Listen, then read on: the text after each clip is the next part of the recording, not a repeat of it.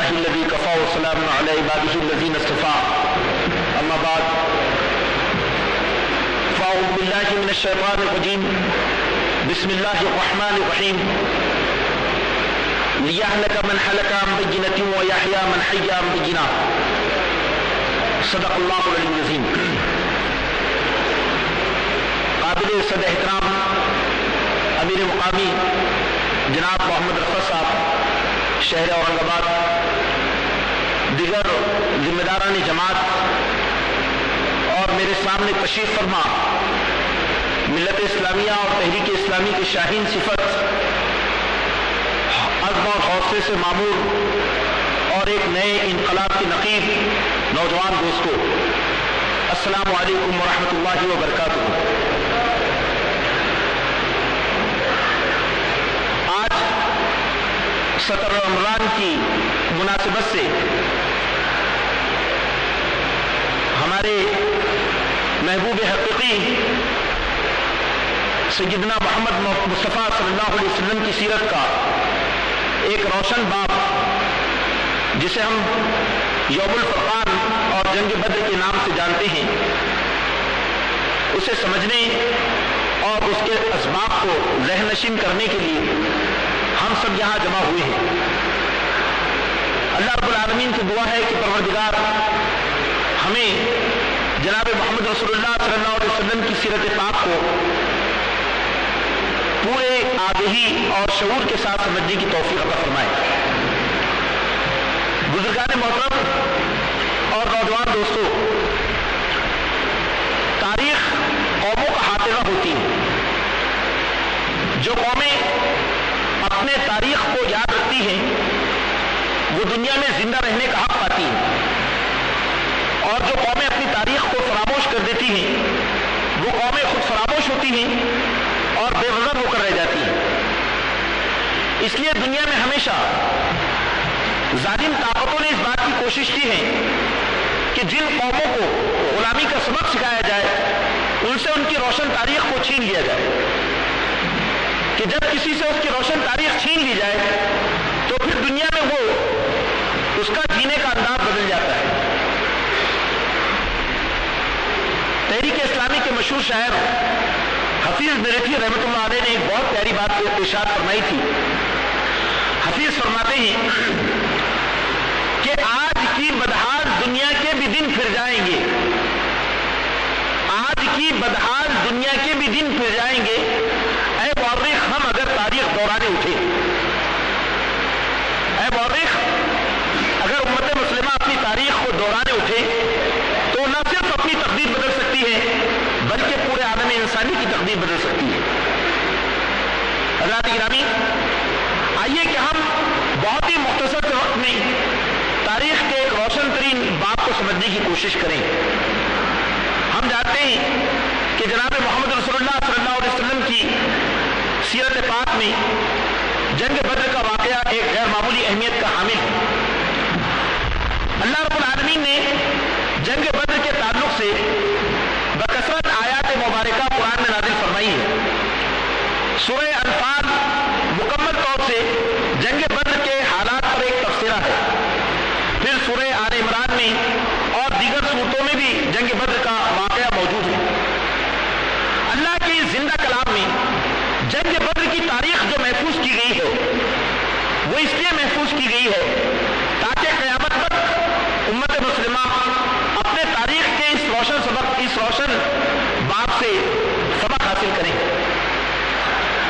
جنگ بدر کے تعلق سے کچھ اہم باتیں آپ کے سامنے آ چکی ہیں، لیکن کچھ باتیں ہمیں سمجھنے کی ضرورت ہے. کہ سب سے پہلی بات تو یہ ہے کہ اللہ کے رسول صلی اللہ علیہ وسلم نے مکہ کی وادیوں میں اسلام کی دعوت و تبلیغ کا آغاز کیا، اور اللہ کے رسول صلی اللہ علیہ وسلم نے اسلام کا جو آغاز فرمایا تو اسلام میں انسانی زندگی کو مکمل طور سے بدلنے کی تاثیر تھی. اسلام کا جو انقلابی مشن ہے اس مشن کا صفحہ اول یہ ہے کہ انسانوں کو انسانوں کی غلامی سے نکال کر اللہ کی غلامی ملائے، انسانوں کو سماج کے ظلم و جور اور مذاہب باطلہ کے استبداد سے نکال کر اسلام کی نظام عدل و قسط میں لائے، انسانیت کو دنیا کی تنگ دامانیوں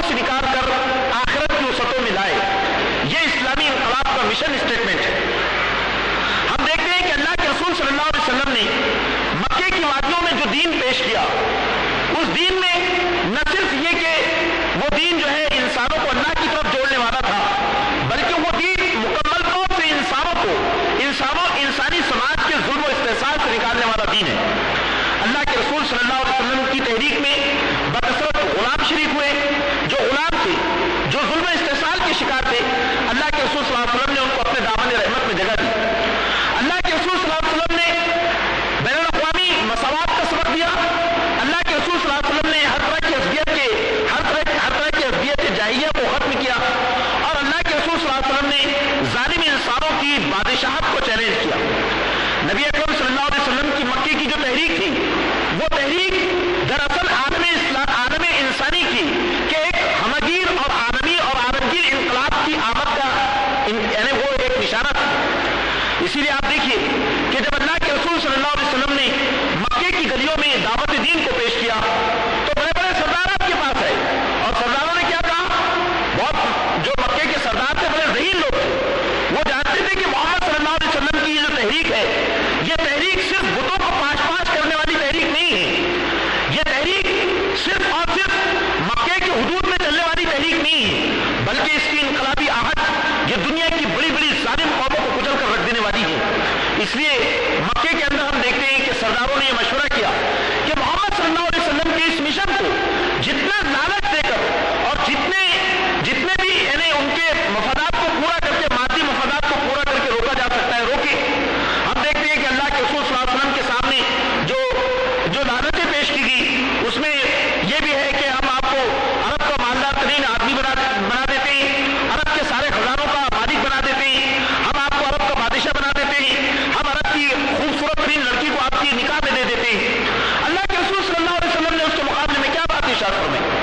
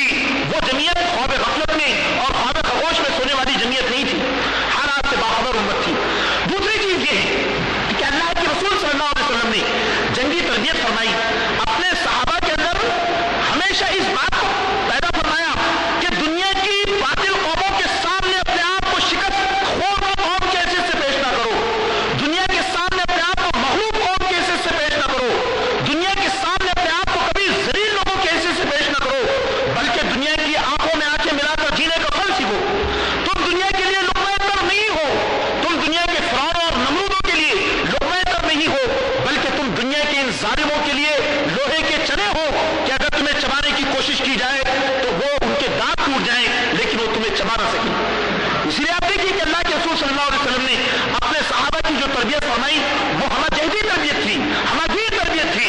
اللہ کے رسول صلی اللہ علیہ وسلم کا ایک ایک صحابی اتنا قیمتی تھا کہ اس کی تربیت ہمہ پہلو تربیت تھی۔ اب اسی کا منظر ہمیں میدان بدر میں ملتا ہے، اسی کا منظر ہمیں میدان بدر میں ملتا ہے کہ اللہ کے رسول صلی اللہ علیہ وسلم جب مدینے سے نکلے تو آپ دیکھیں کہ حالات اتنے خطرناک تھے کہ ایک طرف منافقین تھے، ایک طرف یہودی تھے، اور وہ سب مل کر اس بات کی کوشش کر رہے تھے کہ مدینے کی سرزمین پر اہل ایمان کے درمیان پروپیگنڈا کیا جائے، ان کی ہمتوں کو پست کیا جائے، ان کے حوصلوں کو ناکام بنا دیا جائے۔ قرآن مجید نے اس پست ہمتی کو، اس حوصلہ شکنی کو، اس مایوسی کی کیفیت کو قرآن نے شیطان کی گندگی سے تعبیر کیا ہے۔ قرآن کہتا ہے کہ یہ شیطان کی گندگی ہے۔ امت مسلمہ جو اللہ پر ایمان رکھتی ہے، اللہ پہ توکل رکھتی ہے، اس امت کو کبھی مایوس نہیں ہونا چاہیے۔ یہ قرآن مجید نے اس موقع پر امت مسلمہ کی تربیت فرمائی۔ آپ دیکھیے کہ وہاں کیا ہوا، وہاں جو ہے یہودیوں نے یہ بات پھیلا دی کہ محمد صلی اللہ علیہ وسلم مدینے کے انصار کو لے کر اور یہاں کے چند لوگوں کو لے کر عرب کی سب سے بڑی کئی گنا زیادہ بڑی طاقت سے مقابلہ کر رہے ہیں۔ یہ دراصل میدان فتح کی طرف نہیں، میدان موت کی طرف جا رہی ہے۔ میدان موت کی طرف ان کی لشکر کشی ہے۔ یہ اپنے ساتھیوں کو لے جا کر وہاں دفن کروا دیں گے، اس کے سوا یہ انسانوں کو کچھ نہیں دے سکتے۔ ایک بات یہ آپ صلی اللہ علیہ وسلم کے ساتھیوں کے درمیان پھیلائے گی۔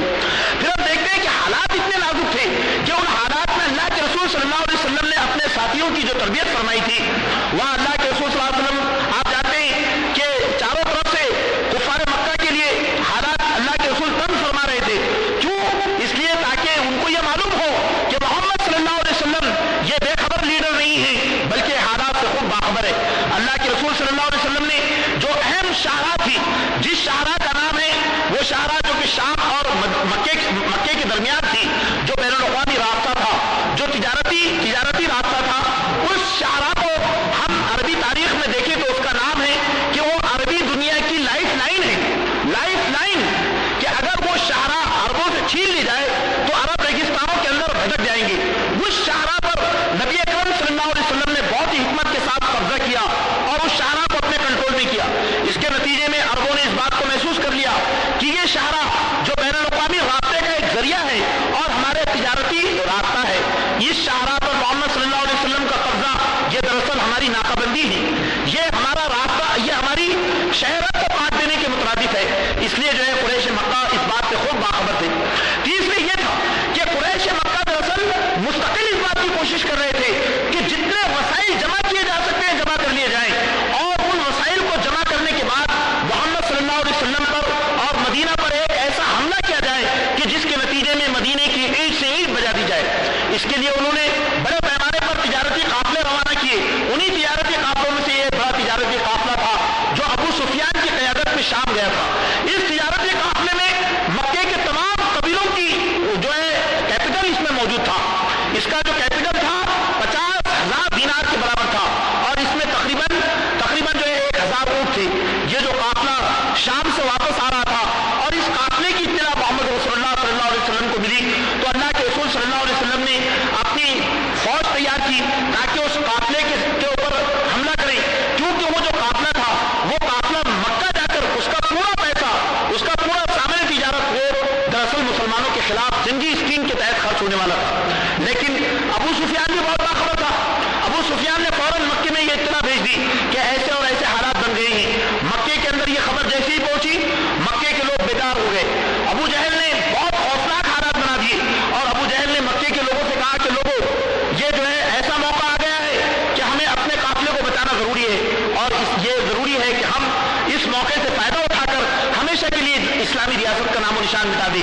پھر اس کے نتیجے میں مکے سے تقریباً 1,000 کا لشکر نکلا۔ یہ جو 1,000 کا لشکر تھا، برادران محترم، اس لشکر کی تفصیلات ہمیں معلوم ہونا چاہیے۔ یہ لشکر کوئی معمولی لشکر نہیں تھا۔ اس لشکر میں عرب کے نامور اور عرب کے بہت ہی جنگجو اور جیوٹ قسم کے لوگ شریک تھے۔ اس کے بارے میں آتا ہے کہ اس میں بعض ایسے سپاہی اور پہلوان شریک تھے کہ جو ایک فرد 1,000 لوگوں کا مقابلہ کر سکتا تھا۔ ان کو الفیہ پہلوان کے ایسے سربوں میں جانا جاتا تھا۔ یہ عتبہ، یہ شیبہ، یہ زمعہ، یہ بہت بڑے بڑے عربوں کے جو ہے پہلوان تھے۔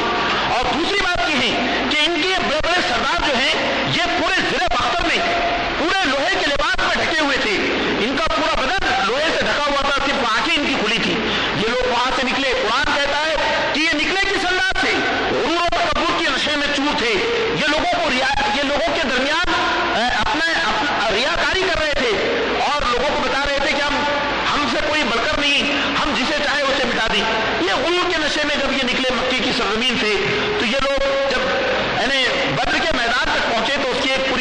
हमारे सामने है। तो ऐसे हालात में जनाब मोहम्मद रसूलुल्लाह सल्लल्लाहु अलैहि वसल्लम मदीने से निकल चुके थे। मदीने से निकलकर आपने कई मुकामात पर क़याम किया। आखिर में आप ज़िफ़रान के मुकाम पर पहुंचे। ज़िफ़रान के मुकाम पर जब आप पहुंचे तो 12 रमज़ान थी। 12 रमज़ान को आपको यह मालूम हुआ कि मक्के से फौजी लश्कर निकल चुका है और वो लश्कर जो है अबू सुफियान के काफिले तिजारत को बचाने के लिए निकला है और वो लश्कर बहुत जंगी साजो सामान के साथ चला आ रहा है। तो वो जो है ज़िफ़रान के मौके पर अल्लाह के रसूल सल्लल्लाहु अलैहि वसल्लम इस बात को महसूस कर चुके थे कि अल्लाह का फैसला ये है कि ये जंग शाम के तिजारती काफिले से नहीं होगी, बल्कि ये जंग दरअसल होगी और किससे होगी? ये जंग होगी मक्के से आने वाले उस फौजी कोने से, उस फौज से जो बहुत मुतकब्बिर फौज है। और उस फौज के अंदर अरब के 70 बड़े बड़े सरदार शरीक थे जो बहुत नामवर सरदार थे। हज़रात गिरामी, ज़िफ़रान के मुकाम पर अल्लाह के रसूल सल्लल्लाहु अलैहि वसल्लम ने मजलिस शूरा मुनक़िद की। तमाम सहाबा वहाँ जमा थे। वहाँ पर अंसार मदीना भी थे, वहाँ मुहाजिरीन भी थे। अल्लाह के रसूल सल्लल्लाहु अलैहि वसल्लम ने उनके सामने कैफियत पेश कर दी कि जंग की सूरत हाल ये बताती है कि ये जंग दरअसल उस लश्कर से होने वाली है जो लश्कर के मक्के से निकल चुका है। ये हालात हैं। अब अल्लाह के रसूल ने लोगों से मशवरा तलब किया। हज़रत अबू बकर सिद्दीक़ उठे। हज़रत अबू बकर सिद्दीक़ ने अपनी कुर्बानियों को अपने बारे में ये कहा कि अल्लाह के रसूल आप हुक्म दीजिए। हज़रत उमर उठे, उन्होंने अपने दलाइल पेश किए। हज़रत मिक़दाद उठे, उन्होंने अल्लाह के रसूल सल्लल्लाहु अलैहि वसल्लम के सामने ये बात पेश की कि हम मैदान जंग के लिए तैयार हैं। लेकिन अल्लाह के रसूल सल्लल्लाहु अलैहि वसल्लम खामोश रहे। अल्लाह के रसूल सल्लल्लाहु अलैहि वसल्लम ने तीरों को बिठा दिया और आप अंसार की तरफ देखने लगे। अंसार ने फौरन महसूस किया कि मोहम्मद सल्लल्लाहु अलैहि वसल्लम दरअसल हमसे पूछना चाहते हैं, हमारी राय जानना चाहते हैं। उस वक्त अंसार के सरदार हजरत साद बिन माज उठे। उन्होंने कहा, मोहम्मद सल्लल्लाहु अलैहि वसल्लम, हम ऐसा समझते हैं कि आपकी निगाह मुबारक हमारी तरफ है, आप हमसे मालूम करना चाहते हैं। अल्लाह के रसूल सल्लल्लाहु अलैहि वसल्लम, हम आप पर ईमान लाए, हमने आपकी तस्दीक की, आप जिस कलाम को लेकर आए हम उसको सब जानते हैं, आप सच्चे रसूल हैं। मोहम्मद सल्लल्लाहु अलैहि वसल्लम, हम दरअसल अल्लाह के रसूल, हम आप पर ईमान लाए, हम सिर्फ आपके हुक्म के मुंतज़िर है। अगर आप हमसे ये कहते हैं कि मैदान बद्र के बजाय उसके आगे एक समंदर है, उस समंदर में कूद जाओ, तो हम आपसे ये नहीं पूछेंगे कि आपने हमें कूदने का हुक्म क्यों दिया, हम उस समंदर में कूद जाएंगे। रिवायतों में ये भी बात आती है कि जब ये कहा गया कि अल्लाह के रसूल, अगर आप हमसे ये कहते हैं कि आपके अलावा में कूद जाओ, तो हम आपसे ये नहीं पूछेंगे कि आपने हमें ये हुक्म क्यों दिया। अल्लाह के रसूल, आप हुक्म दीजिए, इंशाअल्लाह आप हमें साबित कदम पाएंगे। हज़रात गिरामी, ये अंसार का जज्बा था। मैं आपको ये बताना चाहता हूँ कि अंसार की कुर्बानियां अजीम शान कुर्बानियां हैं, क्योंकि अंसार ने मोहम्मद रसूलुल्लाह सल्लल्लाहु अलैहि वसल्लम और आपके मुहाजिरीन साथियों को अपनी जानों का नजराना देकर, हर तरह की कुर्बानी देकर उनका इस्तकबाल किया, उनकी मेहमान नवाजी की। अल्लाह के रसूल सल्लल्लाहु अलैहि वसल्लम के कलिमात मुबारक से अंसार की अज़मत का पता चलता है कि अल्लाह के रसूल फरमाते हैं कि अल्लाह अगर मुझे इख्तियार देता कि मैं मुहाजिरीन के दरमियान बर्पा किए जाऊं या मैं अंसार के दरमियान, तो मैं अंसार को मुंतखब करता कि अल्लाह को मुझे अंसार के दरमियान पैदा फरमा। अल्लाह के रसूल सल्लल्लाहु अलैहि वसल्लम अंसार की जानिसारी, उनकी जाँफरोशी और मैदान अमल में उनकी साबित कदमी को देखकर ये फरमाते, ये हमारे मौला है, ये हमारे सरपरस्त हैं। अल्लाह के रसूल सल्लल्लाहु अलैहि वसल्लम ने अंसार की कदर कीमत, यानी अल्लाह के रसूल ने बड़ी उनकी फजीलत बयान फरमाई। फिर हम देखते हैं कि ज़िफ़रान के वादी से जब ये काफिला निकला 313 का ये लश्कर, तो उस मौके पर यह बात भी हमें मालूम होना चाहिए कि इस जंग बद्र की तारीख भी अजीब गरीब तारीख है, बेसरो सामानी की कैफियत है। आपको मालूम है कि कुल 70 ऊँट हैं, 2 घोड़े हैं, 2 घोड़े हैं मुश्किल से, और 70 ऊँट है, और टूटी फूटी तलवारें हैं, और कुछ तीर हैं और कुछ तीरबाज हैं। ऐसे हालात हैं, बेसरो सामानी हैं। लेकिन एक बात बहुत आया है, और वो बात यह है कि पूरी इस्लामी फौज अज़ाइम से मारामार है, हौसलों से मारामार है। इसकी निगाहों के अंदर दरअसल इनकी निगाहों में शहादत टपकती है। ये बुज़दिलों का टोला नहीं है, बल्कि ये दुनिया के अजीम तरीन इंसानों की फौज है। हम देखते हैं कि उस मौके पर जनाब मोहम्मद रसूलुल्लाह सल्लल्लाहु अलैहि वसल्लम जो उस फौज के कमांडर इन चीफ हैं, क्या हालात पेश आते हैं।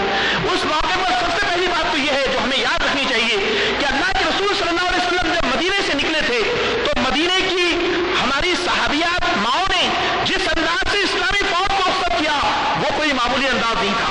वो भी हमारे लिए एक नमूना है कि किस तरह से इस्लामी खानदान तश्कील दिए गए थे कि मासूम बच्चे उठे, मासूम बच्चे, ये मुअव्विज़ हैं जिनकी उम्र मुश्किल से 14-15 साल की है।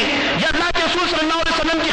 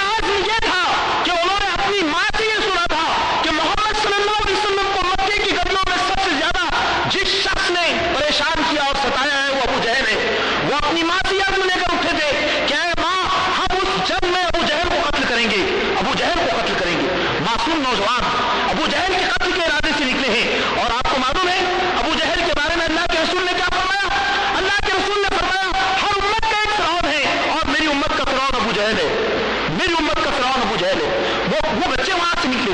फिर आप देखिए कि एक वाक़या तारीख का ये भी है कि जो हमारी आंखों में आंसू ले आता है कि इसी मदीने की गलियों में एक औरत है जो बेवा है, जिसने बचपन ही में जिसके यानी जो उसका बच्चा छोटा था, हारिस, बिल्कुल 1 साल का बच्चा था जब उसके शौहर का इंतकाल हुआ। ये बेवा अपने उस मासूम बच्चे को पाल रही है। उसके पालने का अंदाज ऐसा है, उसकी मोहब्बत का अंदाज ऐसा है, उसकी शफकत का अंदाज ऐसा है कि उसकी ममता मदीने की गलियों में मिसाल दी जाती है। उसकी ममता मदीने की गलियों में मिसाल के तौर पर पेश की जाती है कि ये उम्मे हारिस है।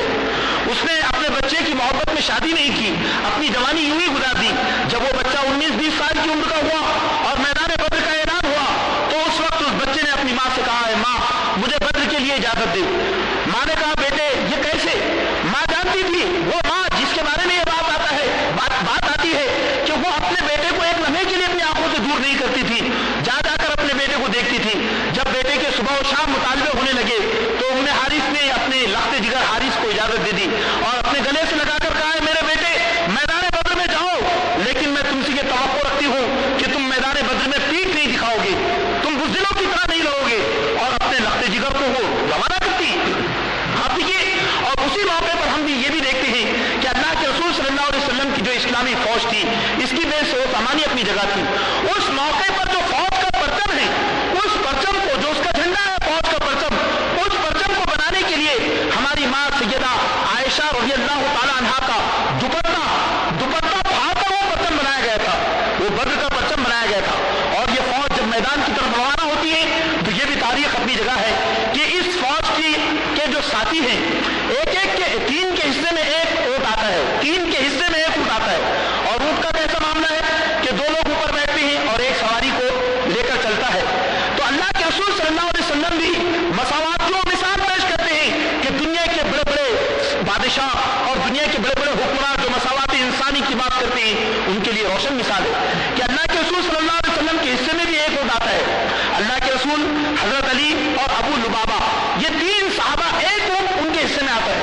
3 सहाबा के हिस्से में एक ऊंट आता है। फिर क्या होता है, बारी चलती है, बारी में अल्लाह के रसूल सल्लल्लाहु अलैहि वसल्लम, फिर उसके बाद में दूसरे सहाबा आते हैं, अली और अबू लुबाबा। तो अल्लाह के रसूल सल्लल्लाहु अलैहि वसल्लम से वो कहते हैं, अबू लुबाबा कहते हैं, अल्लाह के रसूल ये हमारे बस में नहीं है कि हम ऊंट पर बैठे और आप ऊंट की नकेल पकड़ कर लेकर चले। अल्लाह के रसूल ने कहा, नहीं, ऐसा नहीं है, होगा यही कि तुम ऊंट पर बैठोगे और मैं ऊंट की नकेल पकड़ूंगा, क्योंकि मैं तुमसे ज्यादा सवाब पाने का हरीस हूं और मैं जो है तुमसे ज्यादा ताकतवर हूं, मैं पैदल चल सकता हूं। और तारीख इंसानी ने यह देखा कि इस्लामी फौज का यह अज़ीमुश्शान बेमिसाल कमांडर जब ये मैदान जंग की तरफ निकला तो इसकी ये जो है इसने मसावात की मिसाल कायम की कि इनका एक साहबी वो ऊंट पर बैठा है और वो ऊंट की नकेल को खींचते हुए मैदान की तरफ जा रही है। यह ऐसी फौज थी। जब अल्लाह के रसूल सल्लल्लाहु अलैहि वसल्लम मैदान बद्र में पहुंचे तो मैदान बद्र में हम देखते हैं कि मैदान बद्र में 16 रमजान को ये लोग पहुंचे, बद्र का इंतखाब हुआ। अल्लाह के रसूल सल्लल्लाहु अलैहि वसल्लम ने जंगी हिकमत अमली के तहत तमाम पानी के चश्मों पर कब्जा कर लिया। एक पानी का चश्मा जो बहुत अच्छा था, उस पानी के चश्मे पर अल्लाह के रसूल ने अपने फौजी को बिठा दिया, हजरत आमिर को, और उनको यह हुक्म दिया कि तुम इस जो है यहाँ पर छुपकर एक दरख्त पर बैठे रहो और देखो कि दुश्मन का अगर कोई फौजी पानी लेने के लिए कुएं पर आता है तो उसके ऊपर तीर चला देना। ये जो है क्यों? इसलिए कि ऐसी सूरत में दुश्मन क्या करता है, पानी के चश्मों में जहर मिला देता है, ताकि दुश्मन पानी के चश्मों में जहर मिला देता है या उसको बर्बाद कर देता है। लेकिन हुआ ये कि जंग बद्र की सुबह एक वाकया ऐसा भी पेश आया कि वही उम्मे हारिस का लाभ, जिसे हम हारिस कहते हैं, वो जो है सुबह फज्र के अंधेरे में निकला, फज्र से कब्ल पानी की प्यास थी, वो उस कुएं पर पहुंचा और जब वो कुएं पर पहुंचे तो वहां पर उन्होंने पानी खींचा। उसकी आहट हजरत आमिर को हुई। हजरत आमिर ने महसूस किया शायद दुश्मन का कोई फौजी है जो कुएं पर पहुंच चुका है। उन्होंने अंधेरे में तीर चलाया, वो बड़े तीरबाज थे, उनकी तीर हजरत हारिस के गले में जाकर लगी और हजरत हारिस मैदान बद्र के पहले शहीद करार पाए। ये भी एक तारीख का वाक़या है। वो वहां पर शहीद हुए, अल्लाह के रसूल सल्लल्लाहु अलैहि वसल्लम ने उनको दफन किया। उसके बाद हम देखते हैं कि 16 रमजान ये जो रात है, ये आज की रात जिसको हम 17 रमजान की रात कहते हैं, इस रात में अल्लाह के रसूल सल्लल्लाहु अलैहि वसल्लम ने अरीश नाम का जो खैमा बनाया गया था, उस खैमे में अल्लाह के रसूल सल्लल्लाहु अलैहि वसल्लम रात भर अल्लाह के हुजूर सजदा रेज़ रहे। अल्लाह के रसूल रोते रहे, गिड़गिड़ाते रहे। अल्लाह के रसूल सल्लल्लाहु अलैहि वसल्लम अल्लाह से कहते रहे, मैदान बद्र में आया हूं। ये बेबस हैं, ये लाचार हैं, इनके पास लिबास नहीं, ये बेसरो सामान हैं। ऐ अल्लाह मैं तुझसे दुआ मांगता हूं कि तू इन्हें फतह या भी अता फरमा। ऐ परवरदिगार, आज अगर ये फौज, ये इस्लामी फौज आज शिकस्त पा गई तो फिर दुनिया में कयामत तक तेरी इबादत नहीं होगी। ये जो है अल्लाह के रसूल सल्लल्लाहु अलैहि वसल्लम के जो कलिमात थे, ये कलिमात बड़ी अहमियत के हामिल है। इन कलिमात में उम्मत मुस्लिमा का मुस्तकबिल झलकता है कि वो 313 जो मैदान बद्र में लाए गए थे और जो मैदान बद्र में शहादत की आरज़ू में पहुंचे थे, वो 313 पर आलम इंसानी के तमाम आलम इंसानी के कंधों पर उनका एहसान है। वो पूरे इंसानियत के मौसिन है और उन 313 की वो जो फौज है, उस फौज में उम्मत मुस्लिमा का मुस्तकबिल दिखाई देता है कि ये उम्मत जमीन में खैरों का नाम लेने के लिए नहीं, अल्लाह का नाम लेने के लिए बरपा हुई है। ये अल्लाह के कलमों को बुलंद करने के लिए बरपा हुई है। इसका वजूद इसलिए है ताकि जमीन से ताऊत का खात्मा हो और जमीन पर अल्लाह की हुकूमत और उसकी किबरियाई कायम हो। फिर हम देखते हैं कि अल्लाह ताला ने उसी वक्त अल्लाह के रसूल सल्लल्लाहु अलैहि वसल्लम को बशारत दी कि नहीं, ए मोहम्मद सल्लल्लाहु अलैहि वसल्लम, फतह आप ही को नसीब होगी।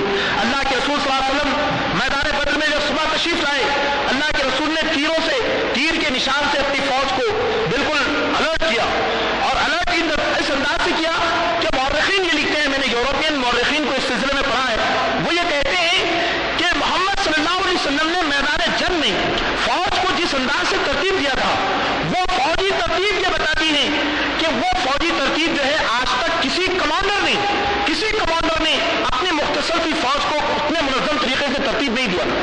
अल्लाह के रसूल सल्लल्लाहु अलैहि वसल्लम ने पहले कौन होना, दूसरी सफ में कौन चाहिए, वो सारी तरतीब वहां दी थी।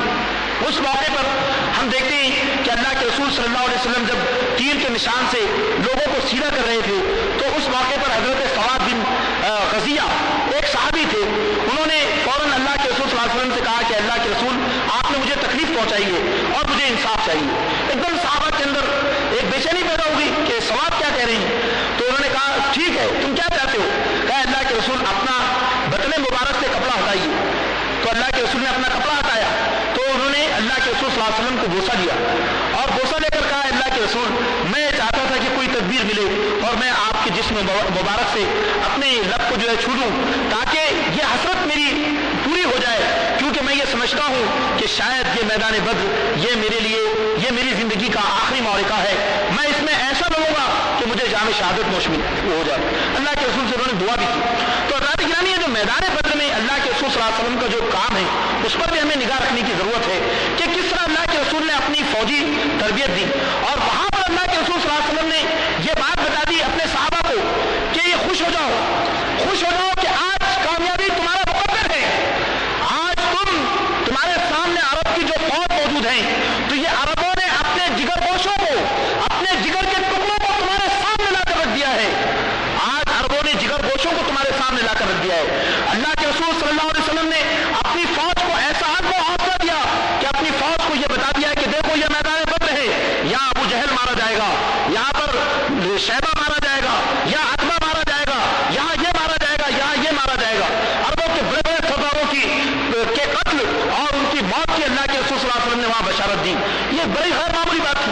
देखिए मैदान बद्र का नक्शा भी कहता था कि उस मौके पर अरब ने, अबू सुफियान ने अपनी तरफ से एक जो है जहीन आदमी को भेजा जिसका नाम उमैर बिन वहाब था, और उमैर बिन वहाब से उन्होंने कहा कि जाओ जरा इस्लामी फौज का अंदाजा लगा कर आओ। जब उमैर बिन वहाब जो है घोड़े की पुष्ट पर बैठकर दूर से पहाड़ों से नजारा करने लगा कि इस्लामी फौज कैसी है, तो उसने उनके चेहरों को गौर से देखा।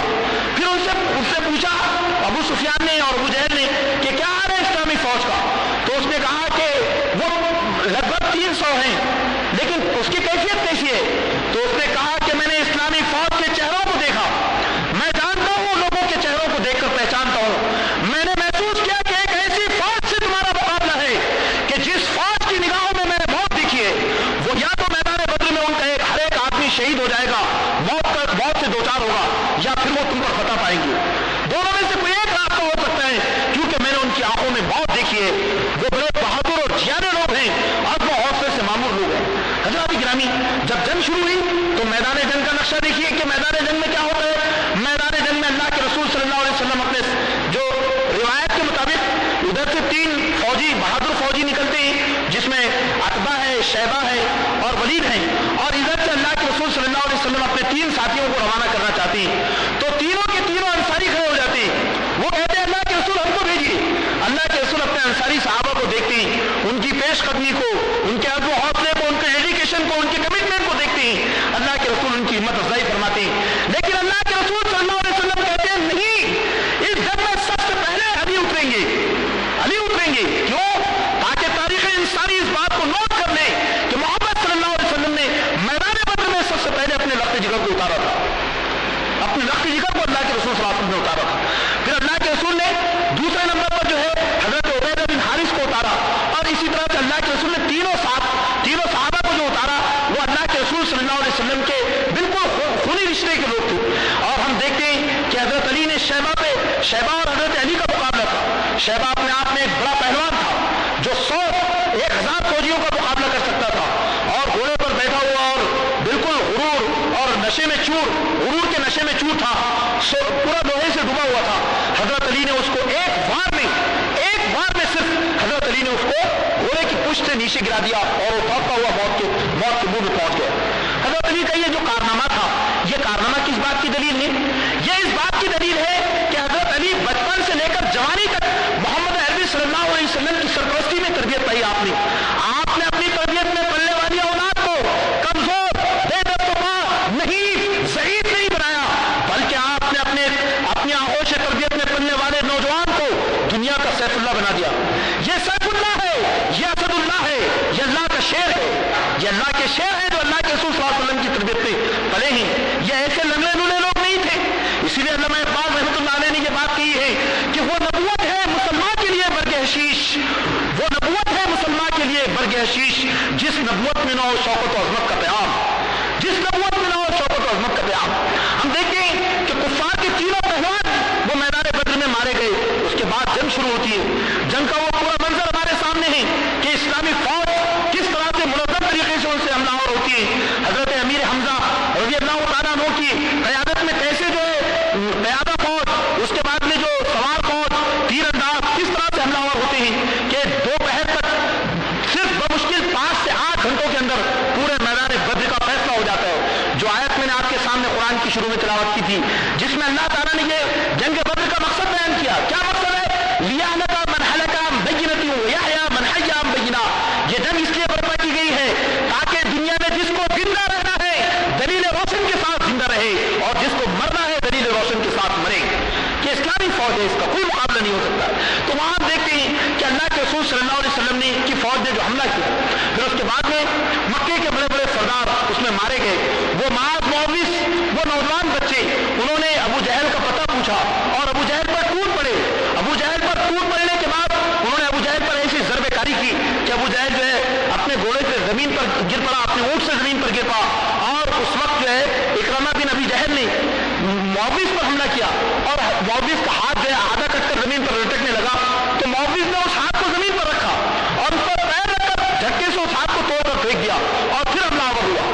और इस तरह से दोनों भाई अबू जहल को, जो कि सरदार था, फौज के दरमियान तो उस पर हमलावर हुए, लेकिन अबू जहल को बिलाखिर उन्होंने जमीन पर गिरा दिया और हजरत अब्दुल्ला बिन मसूद ने अपना खंजर निकाल कर अबू जहल को ज़बह कर दिया। उस वक्त भी अबू जहल गुरूर में चूर था। उसने कहा मुझे तुम कत्ल कर रहे हो तो जरा मेरी गर्दन ऊपर करो ताकि दुनिया को मालूम हो कि अरब में बहुत बड़ा सरदार मारा जा रहा है। तो हजरत अब्दुल्ला बिन मसूद ने कहा कि तुम अरब के सबसे घटिया और मगरूर इंसान थे। उन्होंने पटक कर उसको जो है जिल्लत के साथ जमीन पर वो किया और उसके बाद में उसको ज़बह कर दिया। यह अबू जहल का वाक़या। उसी जंग में हम देखते हैं कि हजरत बिलाल हबशी उमैया बिन खल्फ से हमलावर होती हैं। ये उमैया बिन खल्फ ये मामूली आदमी नहीं है, ये मक्के के बड़े सरदारों में से एक है। लेकिन अल्लाह के रसूल सल्लल्लाहु अलैहि वसल्लम ने उस बिलाल हबशी को, जो कभी मक्के की गलियों में जिल्लत और नामुरादी की जिंदगी गुजार रहे थे, हजरत मोहम्मद सल्लल्लाहु अलैहि वसल्लम ने कलमे तौहीद की तासीर से, इस्लामी इनकलाब के तासीर से उसी बिलाल हबशी को वो कुव्वत बख्शी कि बिलाल हबशी ने उमैया बिन खल्फ को, जो उनका कभी मालिक हुआ करता था, उसे पछाड़ कर कत्ल कर दिया, उसे पछाड़ कर कत्ल किया। अल्लामा इक़बाल ने जो बात कही है बहुत प्यारी बात की है। अल्लामा कहते हैं आज के उम्मत मुस्लिमा के रहबरों से कि नवा पैरा हो है बुलबुल के हो तेरे तरन्नुम से, नवा पैरा हो है बुलबुल के हो तेरे तरन्नुम से, कबूतर के तने नाजुक में शाही का जिगर पैदा, कबूतर के तने नाजुक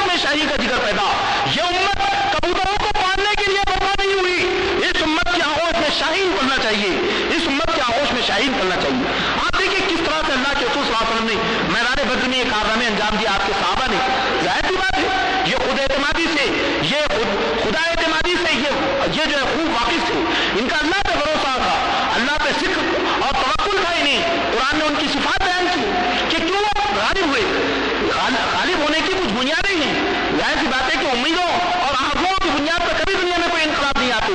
پھر ہم دیکھتے ہیں کہ میدان بدر میں اللہ کے رسول صلی اللہ علیہ وسلم کے صحابہ جو ہے تقریباً 16 صحابہ شہید ہوئے، جن میں سے 8 مہاجر تھے اور 6 مہاجر تھے اور 8 جو ہے 8 کے 9 مدنی انصار تھے، اور اسی کے ساتھ جو ہے کفار کے تقریباً 70 بہت یعنی اہم لوگ مارے گئے، لیڈر مارے گئے، اور وہ سب وہاں دفنا دیے گئے۔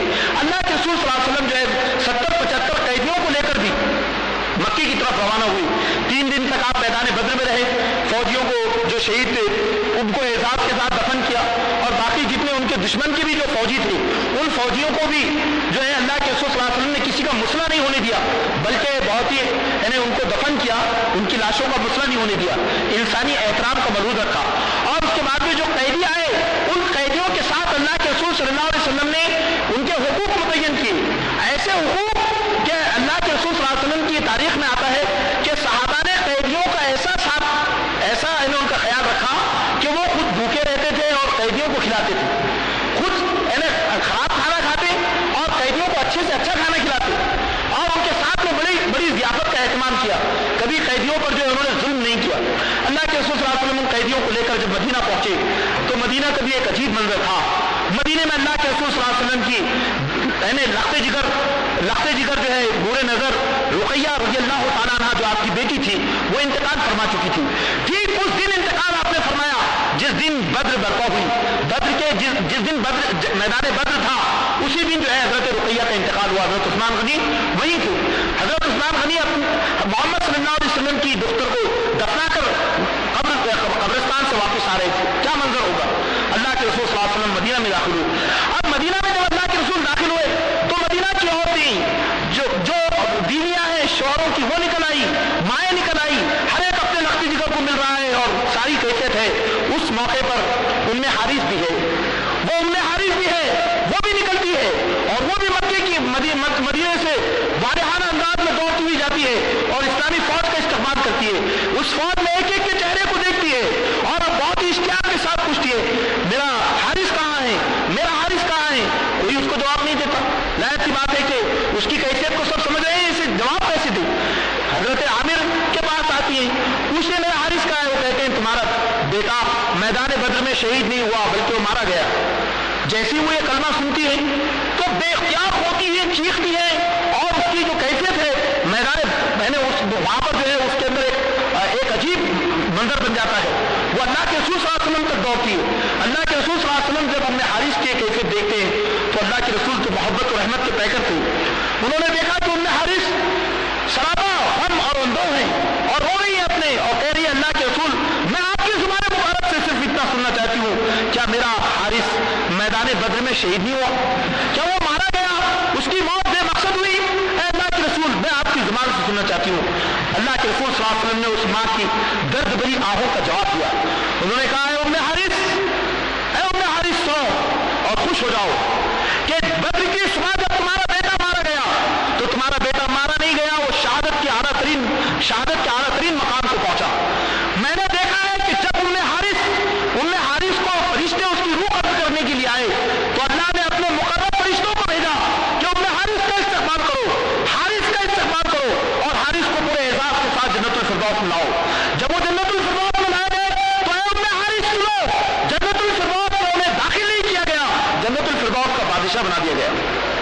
یہ اللہ کے رسول صلی اللہ علیہ وسلم نے ان ماؤں کو یہ ہمت افزائی دی۔ جب وہ ماں نے خوشی سے اس کے چہرے پر رونق دوڑائی، اس نے کہا کہ میں تو کامیاب ہوئی کہ میں نے اپنے لخت جگر کو جس محنت و محبت اور مشقت کے ساتھ پالا ہے اس کی شہادت نے میری زندگی کو کامیاب بنا دیا حضرات گرامی، یہ لشکر جب مدینہ پہنچا تو مدینہ پہنچنے کے بعد اللہ کے رسول صلی اللہ علیہ وسلم نے ایسا نہیں ہوا کہ مال غنیمت آیا ہے اور بس جیسے پہلے زمانے میں ہوا کرتا تھا کہ جس فوجی نے جس کو لوٹا وہ اب اس کا مالک ہو گیا۔ نہیں، اللہ کے رسول صلی اللہ علیہ وسلم نے اسلامی فوج کو حکم دیا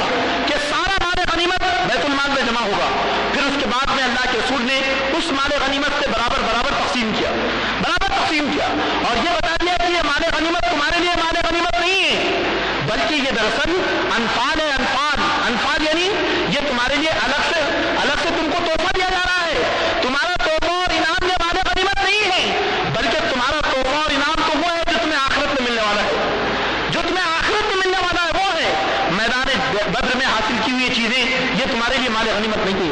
हज़रात गिरामी, उस मौके पर सहाबा किराम रिज़वानुल्लाहि तआला अलैहिम अजमईन को कुरान मजीद ने कुछ बुनियादी उसूल सिखाए। कुरान ने कहा, कुरान ने जो बातें वहां पेश की है वो बहुत अहम है। आप सूरह अनफाल का मुताला कीजिए। कुरान ने पहला पैगाम ये दिया कि तुम्हें नज़्म और डिसिप्लिन के साथ जिंदगी गुजारनी है। कुरान का ये हुक्म है सूरह अनफाल में कि अगर तुमने नज़्म और डिसिप्लिन की कैफियत पाई नहीं गई, इताअत अमीर का जज्बा तुम्हारे अंदर मौजूद नहीं है, तो फिर तुम्हारा ईमान तुम्हें कोई फायदा नहीं पहुंचा सकता। अल्लाह फरमाता है कि दुनिया में जिल्लत और नामुरादी उन लोगों का मुकद्दर है जो नज़्म और डिसिप्लिन के साथ जिंदगी गुजारने के लिए तैयार ना हो।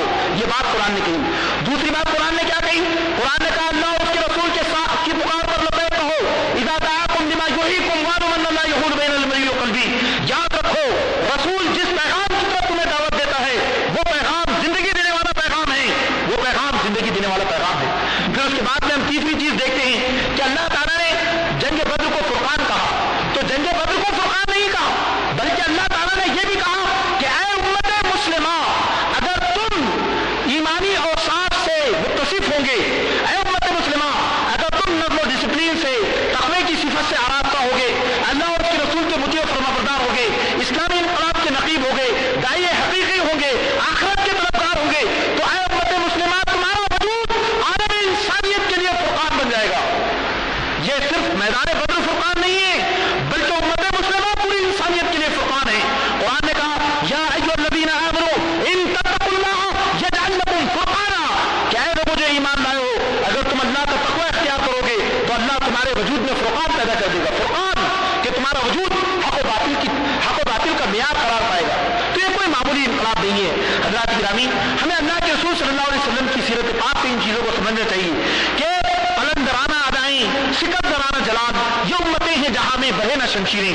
जो उम्मतें दुनिया में बहे ना शमशीरें होती हैं वो कलंदराना औसाफ से आरास्ता होती हैं, ईमानी औसाफ से आरास्ता होती हैं और जिहाद जिंदगी से वो मामूल होती हैं। अल्लाह के रसूल सल्लल्लाहु अलैहि वसल्लम का ये जो ग़ज़वा बद्र है, ये ग़ज़वा बद्र दरअसल उम्मत मुस्लिमा के लिए इसमें एक पैगाम है, और पैगाम ये है कि ये उम्मत दुनिया के अंदर, ये उम्मत दुनिया में दरअसल मग़लूब उम्मत नहीं है, ये शिकस्त ख़ोर्दा उम्मत नहीं है, ये पस्त उम्मत नहीं है, बल्कि ये उम्मत दुनिया के अंदर अल्लाह की खलीफा उम्मत है, ये दुनिया में अल्लाह की जानशीन उम्मत है, ये मोहम्मद अरबी सल्लल्लाहु अलैहि वसल्लम की वारिस उम्मत है। इस उम्मत को दुनिया में जिस शान के साथ जिंदगी गुजारनी है, इसकी खुदी बहुत ऊंची है, इसका मुकाम बहुत बुलंद है, इसका मुकाम और इसकी खुदी इतनी बुलंद है कि फरिश्ते इक़बाल कहते हैं कि सितारे जिसकी गर्दे राह हो कारवा तू है, सितारे जिसकी गर्दे राह हो कारवा तू है, कि सितारे भी तेरे रास्ते की गर्द है, तेरा मुकाम इतना बुलंद है। तो दरअसल मैदान बद्र उम्मत मुस्लिमा की शान और शौकत को पेश करता है, मैदान बद्र उम्मत मुस्लिमा के नज़्म को पेश करता है, मैदान बद्र उम्मत मुस्लिमा के मुस्तक़बिल के नक्शे को पेश करता है, मैदान बद्र इस उम्मत को दुनिया के अंदर एक जलाली उम्मत और एक जमाली उम्मत के हैसियत से पेश करता है, मैदान बद्र मोहम्मद अरबी सल्लल्लाहु अलैहि वसल्लम के उसमें हसना को उम्मत के सामने पेश करता है। हज़रात गिरामी, दुनिया में जीते तो बहुत सारे लोग हैं, दुनिया में बेशुमार लोग जीते हैं, हमारे सामने दुनिया की मुख्तलिफ कौमें हैं, हमारे सामने इस मुल्क के खुद दलित हैं जो 5000 साल से जिल्लत और नामुरादी की जिंदगी गुजारते रहे हैं। लेकिन जरा और कीजिए कि मोहम्मद सल्लल्लाहु अलैहि वसल्लम ने उम्मत मुस्लिमा को जीने के जो उसूल सिखाए थे, उन उसूलों ने इस उम्मत को तूफान बना दिया था, उन उसूलों ने इस उम्मत को शौकत और अज़मत से मामूर कर दिया था, उन उसूलों ने इस उम्मत को दुनिया की एक नाफानी ताकत बना दिया था। हम देखते हैं कि जंग बद्र से इस उम्मत में जो तरबियत पाई वो ऐसी अज़ीमुश्शान तरबियत थी कि वो बद्र में जो लड़ी गई जंग है, उस जंग ने पूरे दुनिया का नक्शा बदल दिया, उस जंग ने दुनिया का नक्शा बदल दिया, उस जंग से जो लोग निकले उन्होंने पूरी दुनिया की तारीख का रुख बदल दिया। आज भी उम्मत मुस्लिमा को मैदान बद्र की तारीख दोहराने की जरूरत है। अल्लामा इक़बाल कहते हैं कि फ़ज़ाए बद्र पैदा कर सितारे, फ़ज़ाए बद्र पैदा कर फरिश्ते तेरी नुसरत को, फ़ज़ाए बद्र पैदा कर फरिश्ते तेरी नुसरत को, उतर सकते हैं गर्दों से कतार अंदर कतार अपनी, फ़ज़ाए बद्र पैदा कर। आज जरूरत इस बात की है कि उम्मत मुस्लिमा जो है अपनी तारीख से आगाही हासिल करें। मोहम्मद रसूलुल्लाह सल्लल्लाहु अलैहि वसल्लम की ये तारीख, ये दरअसल उम्मत मुस्लिमा مسلمہ کے لیے سبق، نصیحت، پیش قدمی، اقدام، اپنے دفاع اور حکمت عملی کا عظیم الشان خزانہ ہے۔ اگر یہ امت محمد عربی صلی اللہ علیہ وسلم کے اسوہ حسنہ سے روشنی حاصل کرے گی تو یہ دنیا کے اندر اپنی ایک الگ انفرادیت اور پہچان بنائے گی، اور پوری دنیا اس امت کو اپنا سرتاج بنائے گی اور اس امت کو اپنا قائد تسلیم کرے گی۔ لیکن آخر میں یہ بات آپ کو بلا شبہ اس موقع پر کہنا چاہتا ہوں، کیونکہ مجھ کو معلوم ہے کہ اس مجلس میں نوجوانوں کی ایک عظیم الشان تعداد موجود ہے۔ میرے نوجوان ساتھیوں، ہمارے سامنے میدان بدر کا نقشہ ضرور ہے، لیکن میدان بدر سے پہلے بھی کچھ میدان ہیں، ان میدانوں کو بھی دیکھیے۔ ان میدانوں میں مصعب بن عمیر ہیں، یہ داعی رسول ہیں، اللہ کے رسول صلی اللہ علیہ وسلم مدینہ ان کو بھیجتے ہیں۔ یہ مصعب بن عمیر ہیں جو مدینے کا نقشہ بدل دیتے ہیں، اپنی دعوت، اپنی حکمت اور موعظت سے مدینے کے لوگوں کے دلوں کو اسلام کے لیے منور کر دیتے ہیں، اسلام کی محبت ان کے دلوں میں پیدا کر دیتی ہیں۔ یہ جعفر بن ابی طالب ہیں، یہ حبشہ کے میدانوں میں پہنچتے ہیں اور حبشہ کے میدانوں میں نجاشی بادشاہ کو اسلام میں داخل کرتے ہیں۔ یہ ابو ذر غفاری ہیں، یہ قبیلہ غفار اور بنو اسلم میں پہنچتے ہیں اور بڑے بڑے قبیلوں کو اسلام کی طرف متوجہ کرتے ہیں۔